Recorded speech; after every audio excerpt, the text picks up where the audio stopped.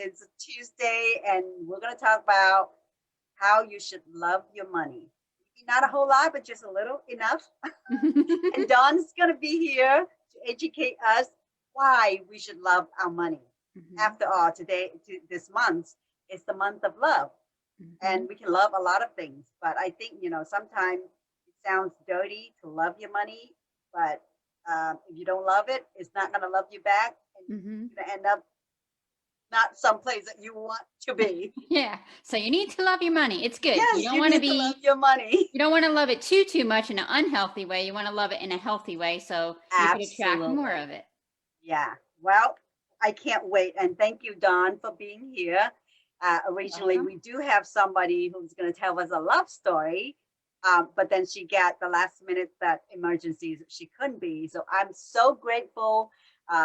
Dawn is one of my Fem sisters in the Fem City group. So I know that I can always get love, support from the Fem City. So I want to thank the Fems. Yes, yes.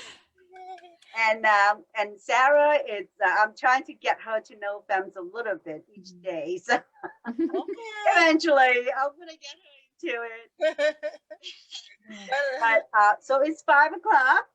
And we're going to start the program. And like every day, we're going to ask Sarah to go first, unless someday she wants me to go first. But I'm going to ask her to kick off the program and introduce herself. And then I'm going to say a little bit about me. And then we're going to ask Dawn about her story and her passion and why loving money is important for all of us.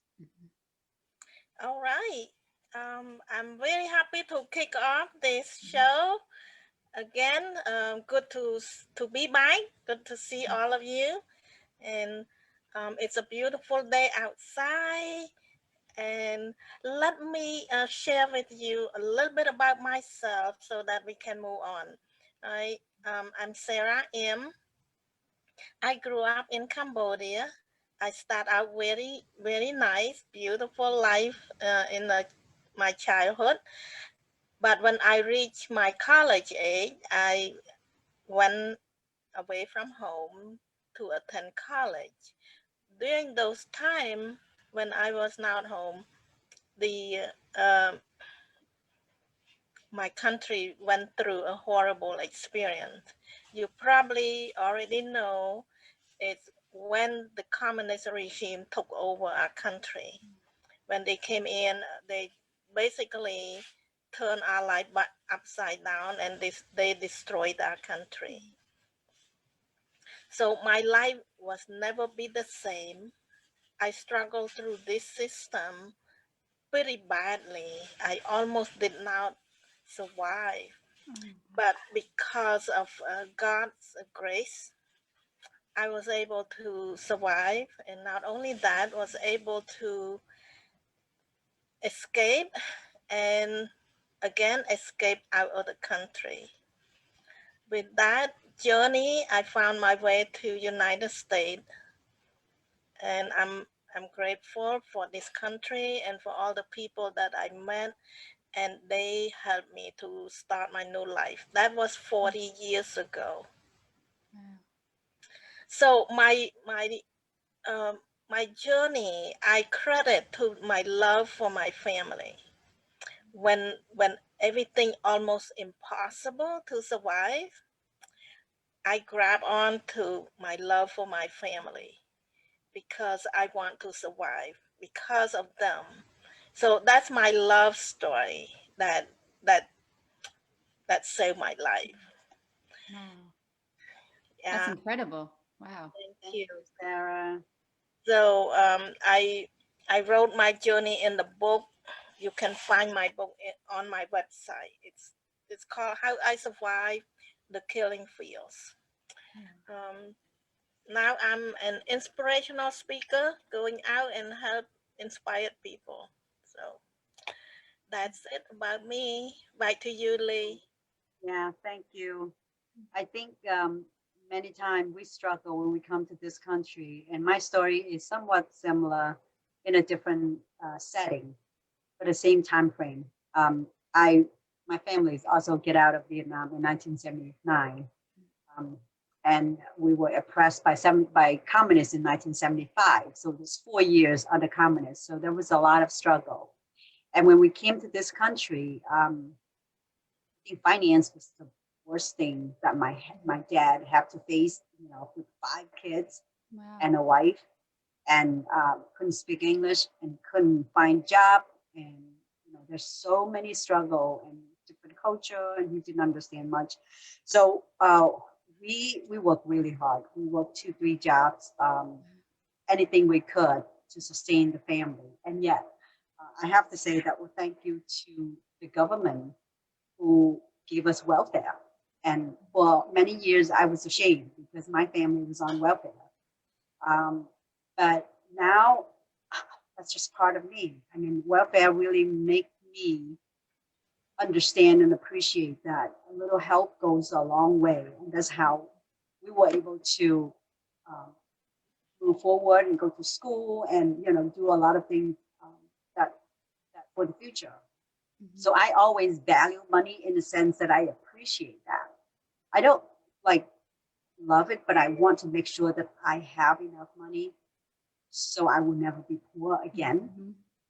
And it's just so critical in the sense that we, whole entire family, my parents are frugal, super frugal.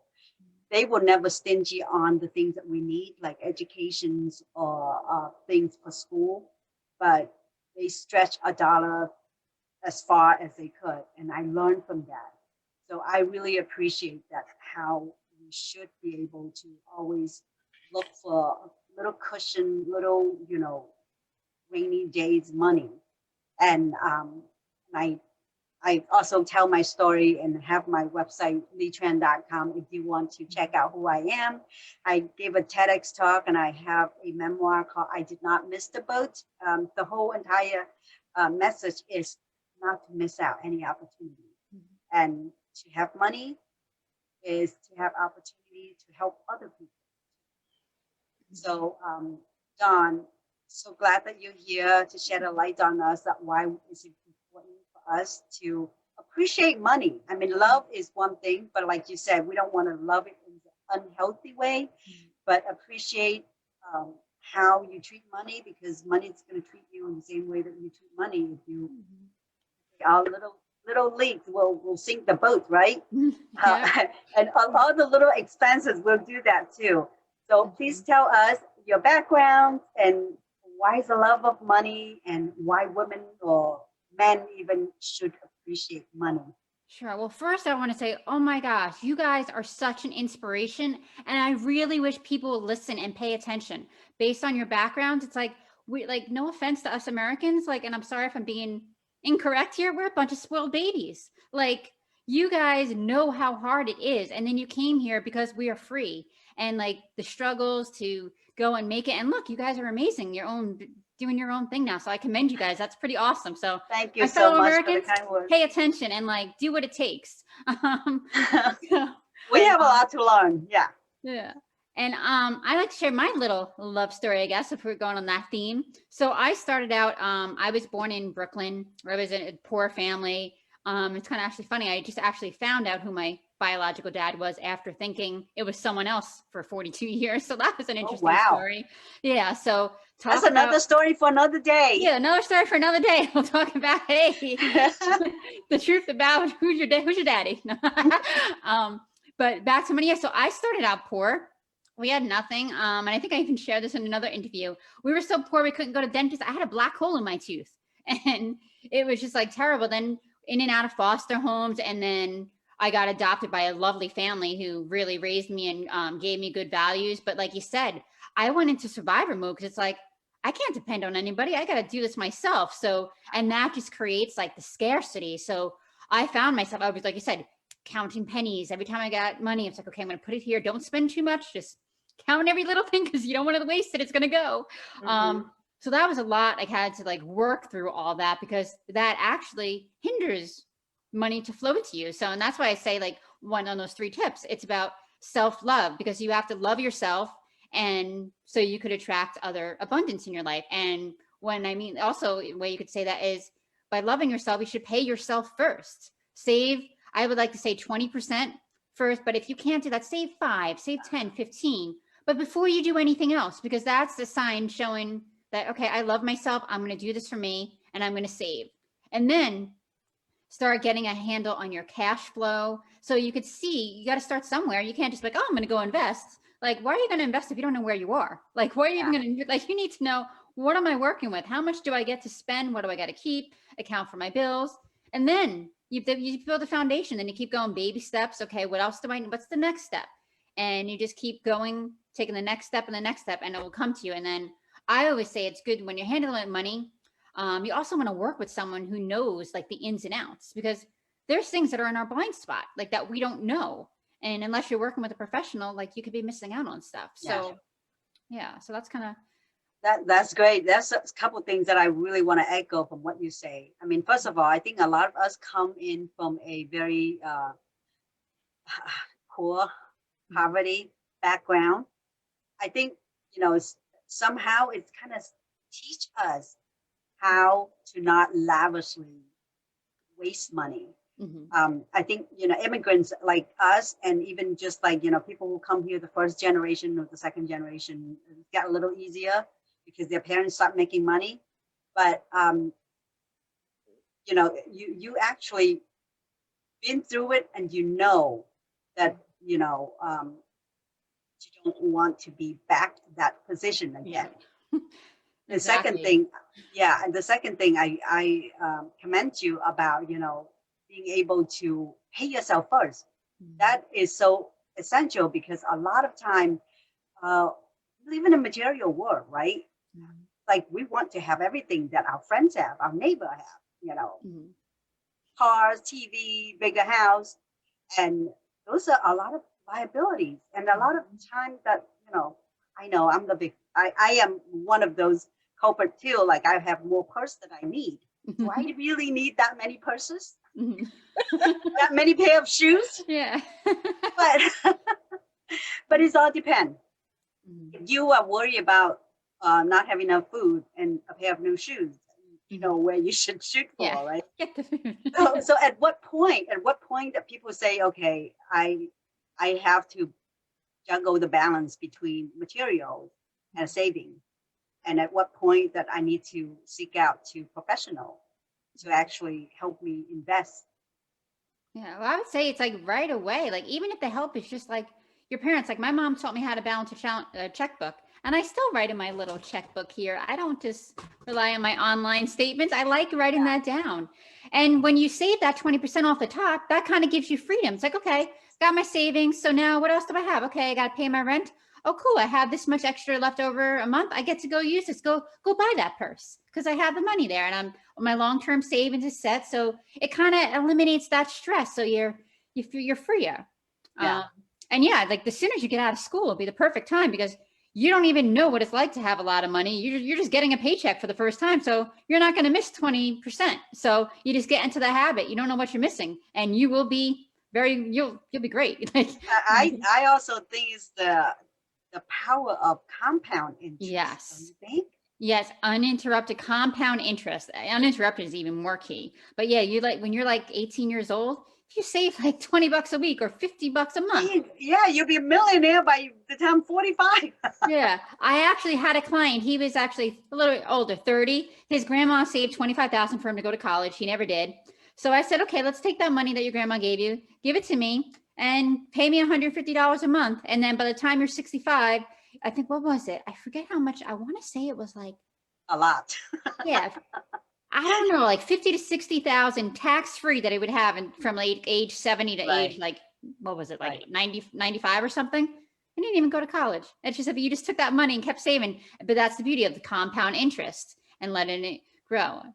Yeah, I think that's very critical. And that's actually loving yourself, because you're actually giving you a little cushion, room to grow. Because I say that a lot of times people take the paycheck out and you take it, put it aside. You don't see it.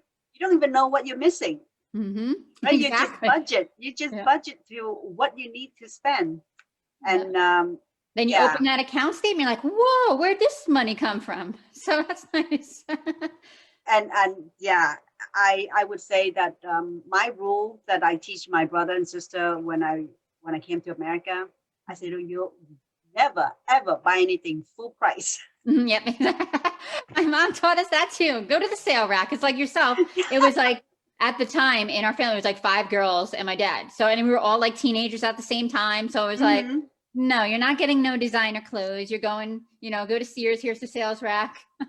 Then the little sister, she got everything all designer because, you know. Yeah, well, America is actually really good. They have sales. I mean, back in Vietnam, I don't remember the sales or things like whatever they say, you bargain. They don't sell. You have to be a thick face and you bargain, you know, you say, you know, if they say 100, you say 35. And then you bargain up and they bargain down. It's the same thing in Cambodia, right?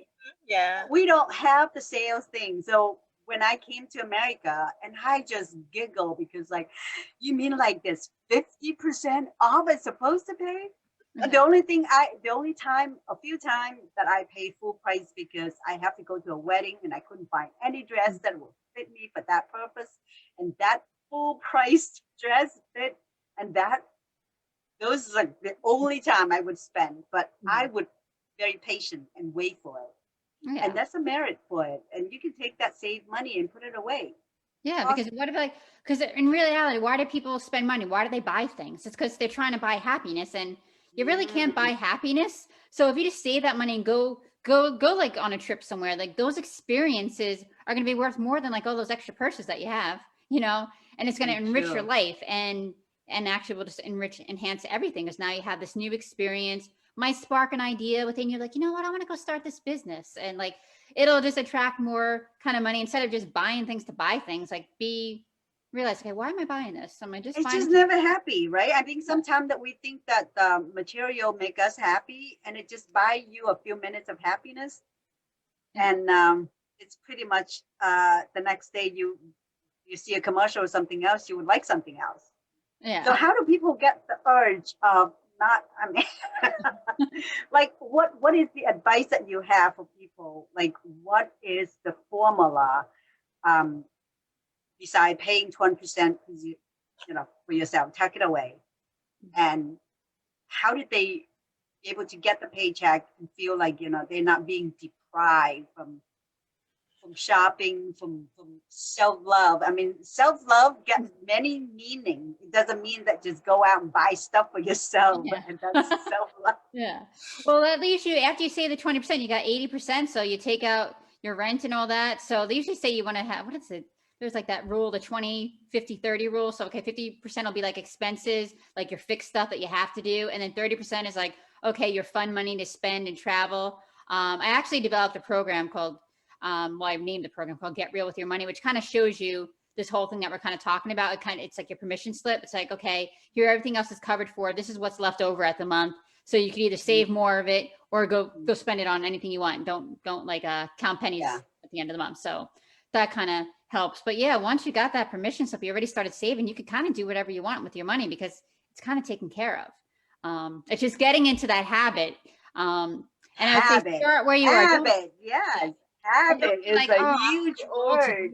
Like there's never an age that you're too old to do something. Like today's the day to start getting a handle on your finances. Don't wait for this to happen or for that to happen, for the market to come back, for me to turn this age. Like, no, you start today wherever you're at, and baby steps roll into bigger steps too. Yeah. And also, so I guess they need to do the budget list of laying out. I think, you know, for people who have a steady paycheck, you're pretty much set. You know exactly, like when I was working in corporate, you know exactly how much, you know, you spend each month, you know exactly how much you have left over, and you know exactly, because there's no fluctuation. Everything is exactly the same every month, unless you have a bonus or you have a increase of salary, whatnot. But for business people, there's a lot of uncertainty in business. Some months you can have a huge income because you get clients, and there's months that you're going to be in a dry season. So how do people balance out? Well, you kind of want to go from the prior year, like to take an average of what your average monthly is, and then you start with that. And then the months that's great, because that's what this program does too. It tells you, okay, this is kind of what you have for an average month, and we already account for that times when you have a good month, that money is accounted for because you're going to use it on the months that aren't as good as that good month. So it kind of works out. Just find out what your main average is for the monthly income, and then you work off of that number. And like I said, some months are going to be good. They're going to be better than that. Some months won't be as good, but you have that money already set aside. Because when you do it that way, and I think especially people in business for a little while, they probably can predict which months are the dry month and which one is the prosperous month. So you can actually plan ahead. So do you help small business people, or do you help people with a steady, like a fixed plan that, I have both. Most of my clients, they're like business owners. So they have their own little small business. And then, like individuals. And I help them from, some people need help getting out of debt. Some people need help with investing. What I'm really excited about is showing people how to like create their own cash flow bank. So that way they're actually in control of their money, and that has uninterrupted compounding interest, and it could fuel them, especially entrepreneurs too. And it's a forced way of saying, hey, I'm going to save first. Because then you could depend on that income. Like during the pandemic, I had clients who are waiting to get like unemployment checks or waiting to get the PPP loans or the stimulus check. I'm like, well, you're okay because you have your bucket of money over here that we could float ourselves through that time. So I like showing people, okay, there's different ways. You don't want to follow all the main advice of, pay off your house as soon as possible and put all your money in your 401k. And that's not the whole truth. And you will, especially when you have business, you might need capitals for certain things that are broke down. The computer, or God forbid, you need a new printer, you need a new camera. And then if you're doing that, if your money is in these accounts, this is what I just wrote about in my book. I'm working on my book. It's like, okay, during this pandemic, people are like, okay, I'm going to go, I paid off my house really quick. I'm going to go try to get a home equity loan. Well, I know Wells Fargo, they stopped issuing home equity loans. So and you don't have a job. So even if they were issuing it, how are you going to get you can't. Then you're like, okay, it's a seller's market. I'm going to go sell my house. Okay, well, where are you going to live? You just sold your house for a great deal, but now you're going to pay extra for the new house because it's, it's a seller's market. So you're kind of. The thing is, like, I love the real estate people. Don't get me wrong. I mean, we need to buy and sell just to get the market circulated. But every time you buy or sell a house, you lose a chunk of money from moving, settlements, money, and time. You got to pack everything in a year. I mean, I think that's. Unless you really need to, I mean, for some reason, some people just, I don't know. For me, moving is a hassle unless somebody gonna, pay for everything for certain purpose. But that's also good when you don't have much stuff. It's easier. I kind of move around a lot, so it's like, okay, minimalist. Don't need that is another good reason to keep yourself tight, And then another thing, back to where common people like, oh, let's invest in the market. But people, they really don't want to take their money out of the market because even during the pandemic, everyone thought the market would crash, but it actually boomed. So it's like, do you really want to take your money out when it's making money? And then on the flip side, when it goes down, you're like, I don't want to take my money out because then I'm going to be taken out and it's a down market. It's going to be, So it's like, damn, but I'm following the advice. Like there's got to be a better way. So there is a way too. Like, I'm not saying those accounts are bad. They're good, but you have to have this extra account so you could, again, be in control of your money and have liquidity when you need it. Because sometimes if you follow traditional advice, we can't. I think every case is different. That's why it's good to have a professional to bouncing out idea with, because the scenario that when you're young could be very different when you're older. You can do 30 years mortgage when you're young. You can afford that. But if you're 55 or 60, do you want to go for 30 years mortgage? Well, it depends. There's different strategies to kind of handle all that. Right. Right. We had somebody a while back, right, Sarah, with the reverse mortgage. That is something new that, educate us in some way too. But there are so many different scenarios, that's for sure. And I think people now, we interviewed somebody yesterday about traveling. I mean, if you're going to be traveled, you want to have a big house that paying all the utility and taxes and expenses, but you just want to have a nice condo, somebody take care of all the lawn, and then you're just bouncing around and go travel. Yeah, which is great. Like we've had up here in the north, we've had a lot of snow recently. I don't even have to shovel my car because there's a nice attached garage. I'm like, this is great. I'm like, yeah. I mean, well, with the pandemic, I barely pay any gas. Oh, that's true. Didn't go anywhere. Yeah. So So how did you get into this profession? I mean, it's like, when did you know that you want to be in the money world? let's see. Well, when I was younger, like I said, I was like always doing little odd jobs. Like I was shoveling driveways. We had like an apple tree in our backyard. So my dad's like, okay, girls, there was 5 of us, go out there and fill up a bag. I'll give you 10 cents a bag. So I was like, oh yeah, I'm going to beat you Good there. entrepreneur. He's Yeah, I was training like, you guys. yeah. Then I would sell lollipops in school because you know how you had those school fundraisers. I'm like, hey, I could do this for myself. So I'd take my mom taking me to like BJ's or Costco. I'm like, Mom, I got to get a box of blow pops.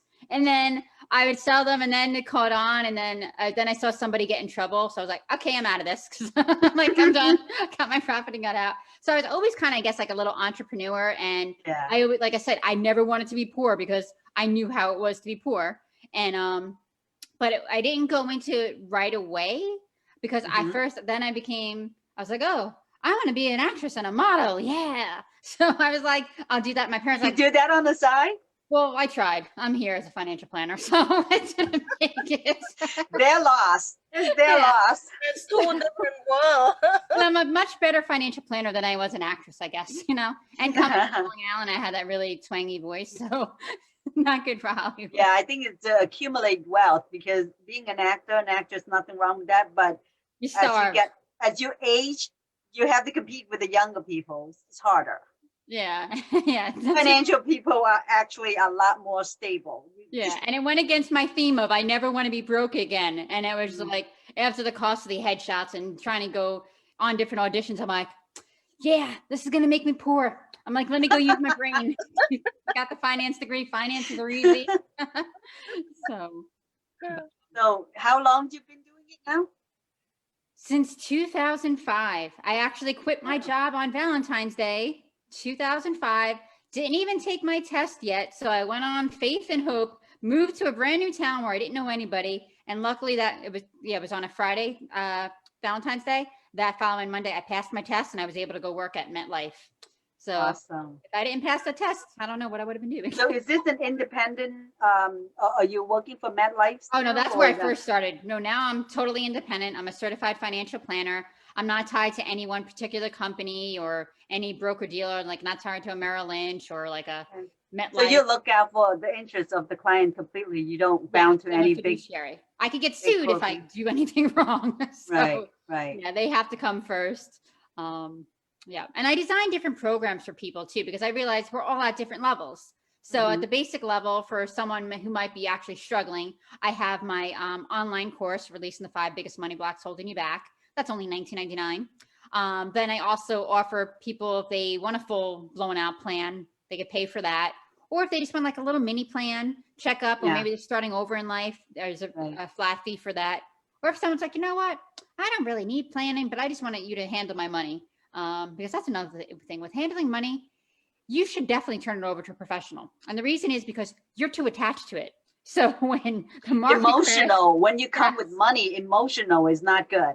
Exactly. Because you're going to freak out and do something wrong because, and I don't care how much money you have, how sophisticated an investor are, you'll freak out at some point and could destroy your portfolio. Like for example, moving to cash. A lot of people, like I have one of my biggest clients, he called me up freaking out. He wanted to move to cash. And I'm like, that's not a good idea. Then I watched the accounts and we're in the same portfolio. And I'm like, oh, mine came back and he lost money. So it's like, you can't time the market. I don't care what you know or think you know. Even like, how about last year, January, if you wake up and you find out, okay, there's a pandemic coming, there's social unrest coming, there's a crazy election. That was scary. That was really What are you going to scary. think? You're like, holy shoot, the world is ending. I had to censor myself there. The world is ending. I better move my money out to cash. Well, you would have missed out on like the biggest growth in history. Like that would have been wrong. So you got to take your emotions and have a professional who's going to know, okay, this is what your risk tolerance is. This is what your goals. We're not going to listen to the news or let anything bother us. And we're going to meet our goals because we're staying the course. And that's where people get up. They don't stay the course. They freak out and emotions. And usually those are the time that you do opposite from whatever the market is doing, right? Yeah, because people are selling, then it's a good time for you to buy. Yes, exactly. You get out at the wrong time. So except you have to know what to buy. Yeah. Oh, that's another thing. I don't even believe in picking stocks because that doesn't even work. Even the best people can't do it. because actually in all the history of the stock market, only 4% of the stocks listed on the stock index actually outperform the market. The rest do what a treasury bill does. So it's like, why are you taking all that risk? Just don't try to pick the winners, buy the whole market. Because market returns are great. Like look at last year, everyone did well. So it's funny, I had to tell my clients because there was like really crazy returns last year. I'm like, guys, this is not normal. Do not expect this every year. Because again, I want to set, because what happens is people like, especially when they're first starting, they kind of like, oh, this happened last year. This is normal. Like to do like 25%, 50%. It's like, hell no, that's not normal. It's like, so you don't want to have people to have high expectations. You want them to have a more realistic. So it's like working with someone that's going to balance that for you. So otherwise you're just going to jump from person to person and investment. What advice do you have? Because right now, I think, the portfolio is, a lot of people actually struggling with finding job. Some of them, a lot of them lost job, right? Yeah. And they're struggling. Do you advise them to even dip into their saving or their 401k, or how do they, what's the best thing that you can ask? And I know the stimulus is coming out, and hopefully, a lot of people get that little bit of the government help. But what should they do if they are in the position that they're done with unemployed and they don't have a job right now? And is it better to take out the saving to spend, or is it better to dip into the equity of the home, or to borrow more money from the home? Well, one, you won't be able to get the equity of the home because you don't have a job, so that's not going to be an option. Right. That's right. You have your savings, so this would qualify as an emergency. So you should have that. So I would tap into that. Last year under the CARES Act, you could have took money out of your 401k plan without the penalty, but that's done in this year, so you can't do that now. You think they're going to extend it somehow, because we're not done with the pandemic yet? Yeah, they didn't extend it for this year for those coronavirus distributions. And you had to have, there were certain rules you had to meet, like be affected by, coronavirus. So yeah, I think, best way is just talk to a financial planner, because, you guy knows a lot of more rules than the regular people. Yeah.